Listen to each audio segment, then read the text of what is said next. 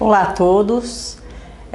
Gostaria de agradecer pela grande oportunidade de estar falando para o Brasil todo de um tema tão interessante que é a questão da negociação coletiva e a flexibilização do direito do trabalho através da negociação coletiva.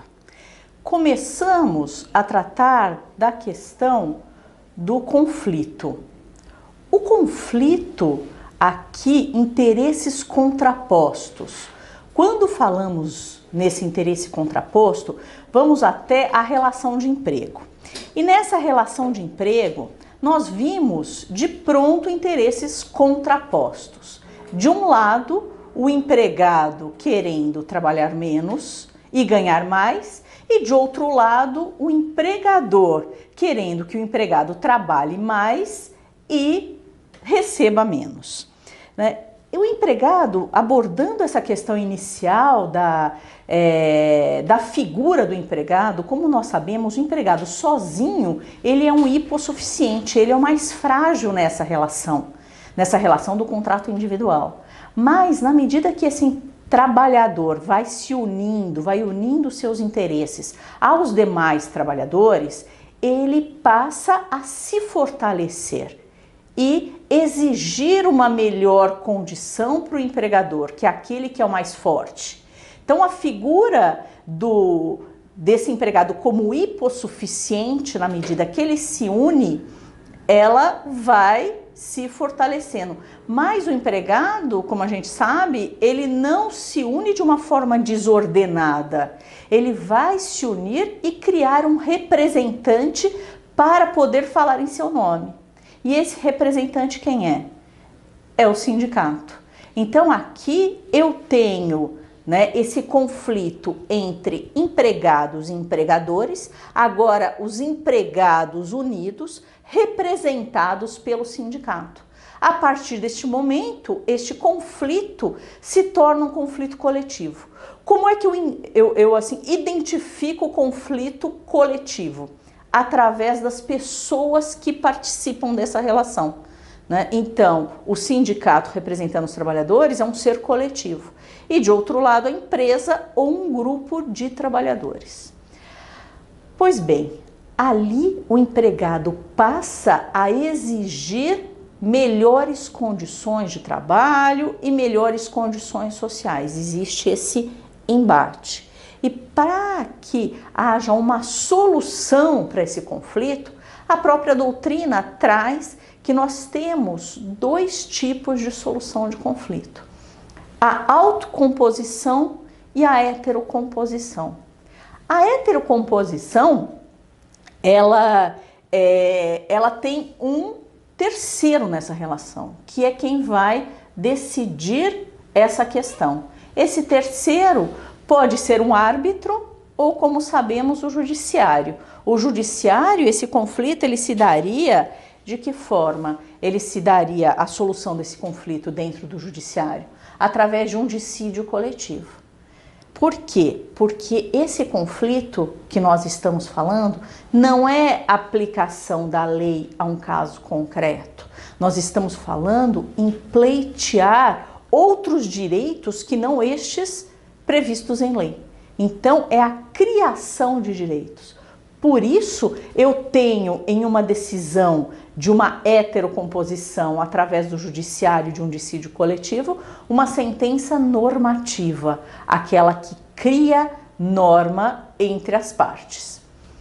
Além disso, posso ter uma sentença arbitral, onde as partes elegem, mas, né, tem a solução do conflito também através de uma autocomposição. E aí que entra o nosso tema, né? A autocomposição são as partes negociando e essa negociação que vai se concretizar. O nosso regramento normativo, como é sabido, ele permite, essa nossa estrutura legal, ela permite o quê? Normas que surgem do poder estatal, normas que são costumeiras, consuetudinárias, a jurisdicional né, através de decisões que servem mais como referência, só criam vínculo, como é sabido, as súmulas vinculantes, e por fim, né, é admitido também a negocial. E essa negocial, essas partes negociando e a criação de diplomas normativos ligados, coletivos ligados entre essas partes coletivas, é que encontramos a negociação coletiva, que, né, é fonte do direito material e acaba se formalizando através de acordos e convenções coletivas. As negociações coletivas, elas têm uma natureza de manifestação da livre vontade. Manifestação da livre vontade das partes. Nessa relação, eu não posso, é uma relação entre iguais, porque eu poderia considerar um sindicato como hipossuficiente? Não. O sindicato aí, ele tem, né, todo um aparato jurídico, um aparato econômico, ele tem dinheiro, ele tem estrutura e garantias que vão poder permitir com que haja essa negociação. Estabilidade do dirigente sindical. Então eu tenho aqui um sujeito que não é hipossuficiente.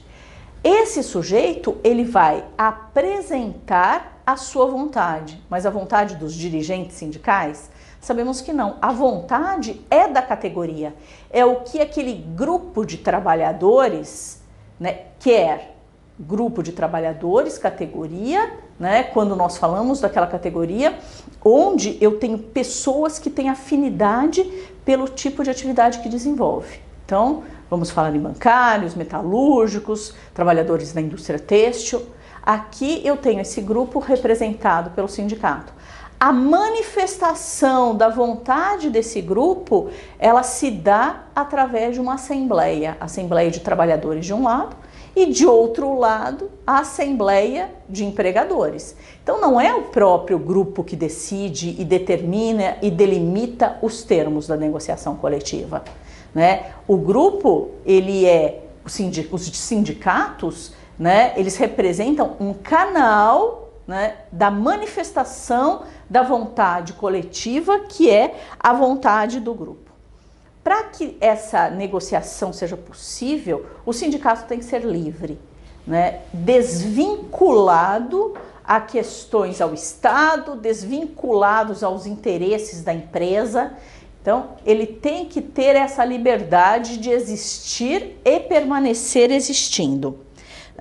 Outra questão importante no nosso ordenamento jurídico é que a Constituição Federal, ela reconhece a validade das negociações coletivas no artigo 7º, inciso 26. Então, ele reconhece os acordos e convenções coletivas de trabalho. Isto significa que esse diploma negociado, tem sua validade, né, se transforma em lei entre as partes e é reconhecido. E além disso, o artigo 8º da Constituição 6, ele diz que é obrigatória a participação dos sindicatos na negociação coletiva. Isto significa que a negociação, ela se torna mais legítima, não permite com que o empregador negocie diretamente com o trabalhador, o que o tornaria mais frágil na tomada de decisões. A finalidade, o escopo da negociação coletiva é trazer melhores condições de trabalho e melhores condições sociais para o trabalhador. Esta é a finalidade da negociação coletiva. Mas, né, essa finalidade, ela é única? Não, né? Até um novo momento histórico que veremos mais adiante, que a negociação coletiva, ela possibilita uma negociação também em prejuízo, né? Aí, dentro ainda da negociação coletiva, nessa negociação, nós temos que observar alguns princípios durante a negociação para que ela também tenha validade. Observamos o princípio primeiro, que é o princípio da boa-fé nas relações. como toda relação contratual e negocial, o que é colocado deve ser colocado de boa fé. O trabalhador traz uma proposta, né? Essa proposta é apreciada pelo empregador, apreciada pela Assembleia dos Empregadores, que é devolvida ao empregado até se chegar a um comum acordo, né? O outro princípio que se traz é o princípio da paz social, porque as negociações coletivas, elas têm uma estrutura. Começando nessa estrutura, a primeira característica que se traz é a estrutura com data base ou periodicidade anual. Nós sabemos que uma negociação, um acordo e uma convenção coletiva, que é o que se formaliza através da negociação coletiva, tem uma validade, um prazo máximo de 2 anos. Mas a categoria, ela negocia em uma determinada data, todo ano em uma data base. Então é prazo máximo de 2 anos. Então essa data base é uma data eleita para as categorias, onde se começa a negociação. Essa é a primeira estrutura. Essa negociação, ela se inicia 60 dias antes da data base. Então todo ano, 60 dias antes da data base, que se começa a negociação.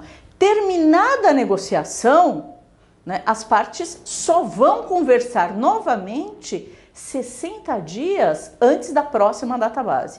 Esse período, que é o que rege, né, a negociação coletiva, um dos princípios que rege a negociação coletiva, é o chamado de período de paz social.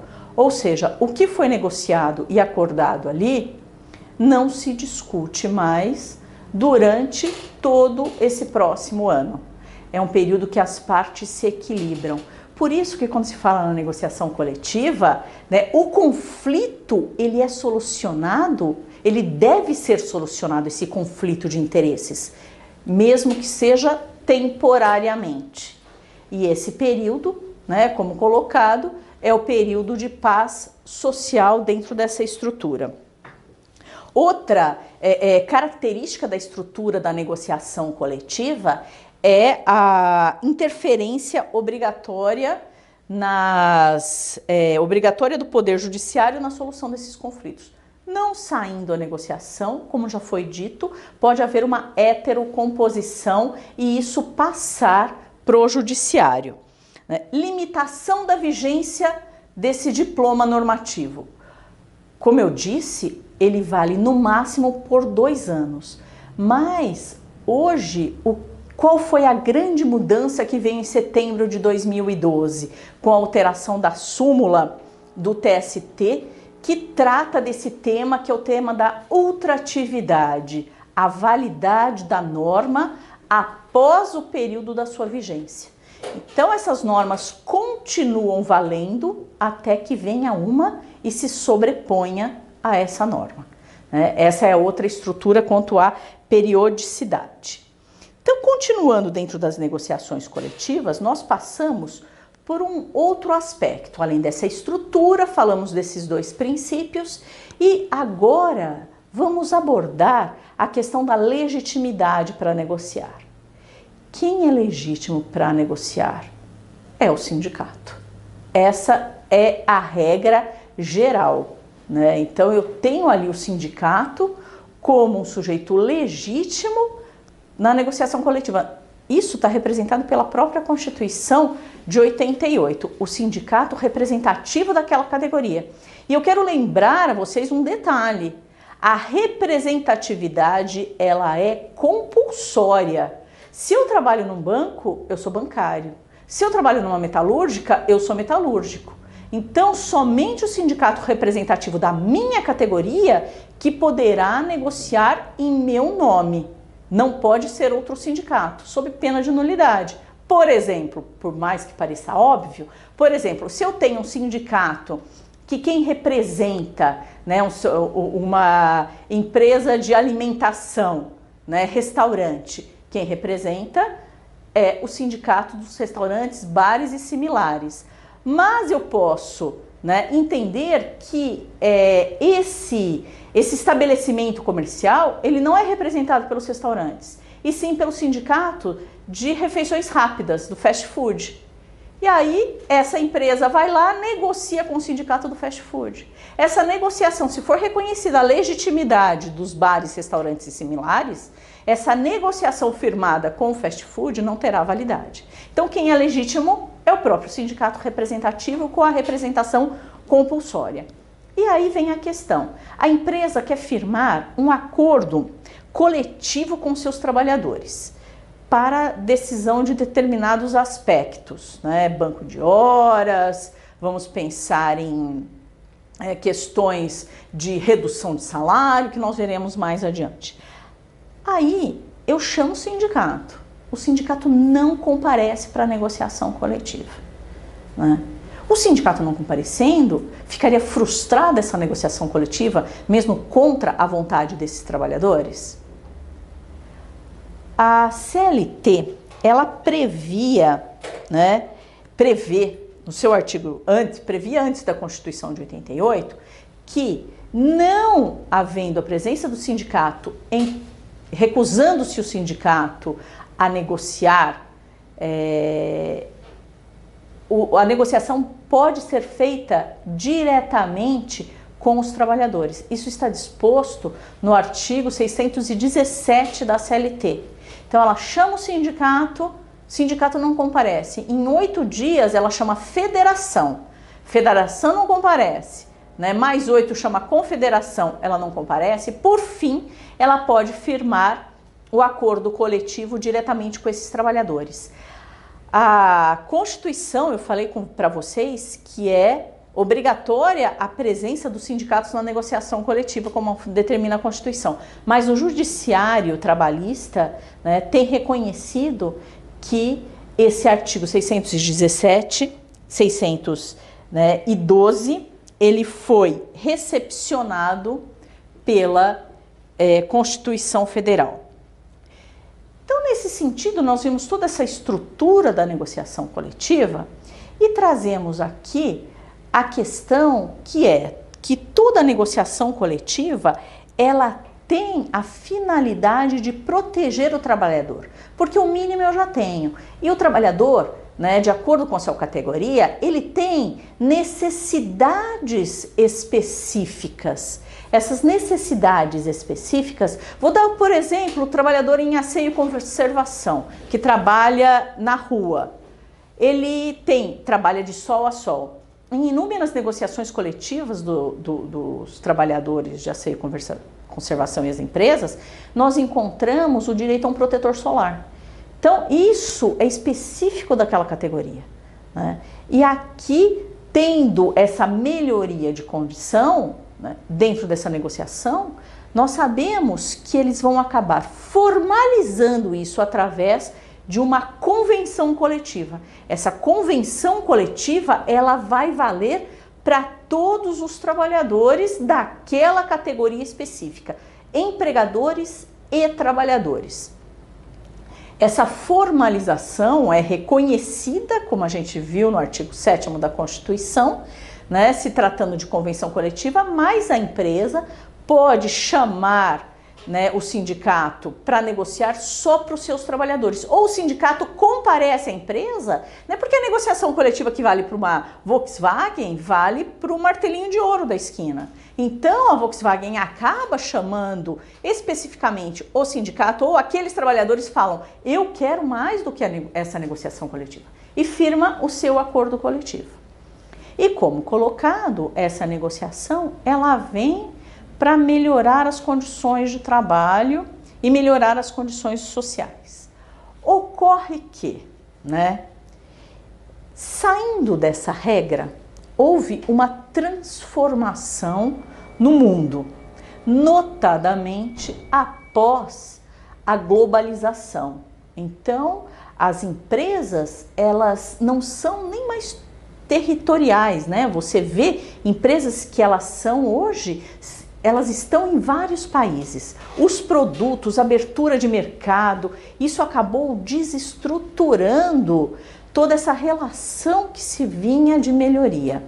Com essa ideia, a ideia que se traz de um direito rigoroso com melhorias de condição, passou-se uma nova teoria dizendo, olha, as questões hoje negociadas e a legislação, ela não permite com que as empresas possam ter lucro suficiente para decidirem se manter no negócio, né? Então, para que as empresas continuem a existir, ela precisa diminuir esses direitos dos trabalhadores. E aí vem a teoria da flexibilização do direito do trabalho.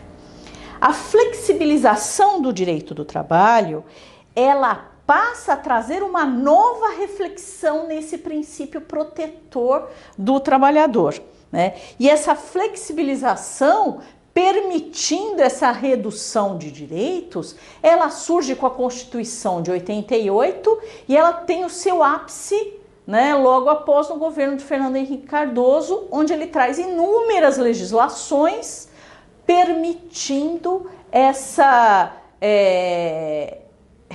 aparente redução de direitos. Se nós formos à Constituição Federal, nós encontramos, né, no artigo 7º, onde se coloca os direitos dos trabalhadores, a previsão, por exemplo, de jornadas em turnos ininterruptos de revezamento, que foi reduzido para 6 horas, né, a possibilidade de extensão dessa jornada sem o pagamento das horas extraordinárias mas somente através de negociação coletiva. Encontramos o banco de horas, né, quando se fala jornada máxima de 8 horas, limite de 44 horas semanal, né, cabendo o pagamento de hora extraordinária além da jornada, salvo negociação coletiva. Possibilidade de redução de salário, né, através de negociação coletiva. Então você encontra inúmeros dispositivos permitindo essa redução. Na lei ordinária, nós encontramos o próprio banco de horas, né, onde você trabalha um dia, né, e descansa outro, porque se você recebesse como hora extraordinária, você receberia 1h30. Quando você compensa, você acaba compensando 1 hora por uma. Encontramos também contrato por tempo parcial, né, redução ali da jornada para 25 horas. E até se discute a participação nos lucros ou resultados. Porque se fosse salário, iria refletir em todas as verbas do contrato. Como verba não salarial, acaba não refletindo no contrato de trabalho. Então aí nós temos essas inúmeras possibilidades de reduzir direito. O que é de fundamental importância nesse aspecto da flexibilização? É que só se pode reduzir direito através de negociação coletiva. Não se pode reduzir direitos individualmente. Chamo o empregado, vou reduzir seu salário porque a empresa não vai bem, né? Então, isso é sabido que é impossível. Por isso a própria Constituição e a lei, ela expressa nesse sentido, quanto a essa possibilidade. Eu tenho aqui uma possibilidade de redução de direitos, né? Mas isso tem um limite. Eu tenho um limite que é um patamar, como diz Godinho, né? Um patamar mínimo civilizatório que deve ser observado nessa redução. E direitos indisponíveis. Eu não posso reduzir para menos de 1 hora a jornada para descanso e refeição, né? Por quê? Porque é uma questão ligada à saúde. Até, como nós sabemos, foi publicado em 2012, em setembro de 2012, a súmula 437, né, que ela considera inválida a cláusula de negociação coletiva, em que a parte ela permite essa redução de horário de almoço. Então nós temos aqui essa observância desse patamar mínimo para negociação. Um aspecto de fundamental relevância é que negociação coletiva não é renúncia de direitos. Negociação coletiva, ela é uma troca, né? E essa troca é onde se reduz o salário de um lado e, por outro lado, se concede algum benefício ao trabalhador, sob pena do quê? De ser declarada nula essa negociação coletiva. Então, aqui, né, quando se fala em negociação coletiva, ela é uma transação. E eu trago para vocês, até teve a primeira jornada de direito do trabalho processual, onde, né, foi publicado o entendimento dos juízes de primeira instância quanto a esse aspecto da negociação coletiva, né, supressão de direitos, necessidade de contrapartidas. A negociação coletiva não pode ser utilizada somente como instrumento de supressão de direitos. Sempre deve indicar uma contrapartida. Foi publicado o enunciado número 33. Isso reflete o entendimento, né, nesse aspecto. Então, aqui, né, nós colocamos a ideia da flexibilização, possibilitando uma negociação coletiva em prejuízo, e essa negociação coletiva ela precisa necessariamente trazer essa ponderação. Sobre a negociação coletiva em prejuízo e a teoria em que nós colocamos que o mercado, né, a concorrência, o que traz os teóricos da flexibilização, os defensores da flexibilização, que a concorrência entre os produtos, com a abertura do mercado, fica voraz e a flexibilização é uma necessidade para o acompanhamento da ordem econômica, para que a empresa possa ter mais lucro, que ela continue ganhando mais. Eu trago um pensamento aqui de Mário de la Cueva, né, o doutrinador mexicano de grande expressão, onde ele diz, né, e olha, muito antes de se acontecer a flexibilização, porque ele fala isso na década de 1940, então ele traz o seguinte, ele diz, da mesma forma que não é o homem que tem como destino a economia, mas pelo contrário, é esta que tem como finalidade o ser humano, ou como a forma escolástica, não é o homem que deve ser ordenado para a economia, mas a economia para o homem. Assim também a missão do direito do trabalho. Não é servir ao direito econômico, mas pelo contrário, é o direito econômico que deve pôr-se a serviço da mais ampla realização dos fins do direito do trabalho. Então, isso serve como uma reflexão que a flexibilização, ela é necessária, mas ela tem que ter seus limites, só pode ser feita através de uma negociação coletiva, recebendo para isso uma contrapartida. Essa contrapartida que é o que vai trazer equilíbrio entre as partes, né? Sempre, né, numa sociedade em que busca a harmonia e busca sempre o princípio a manutenção da paz social.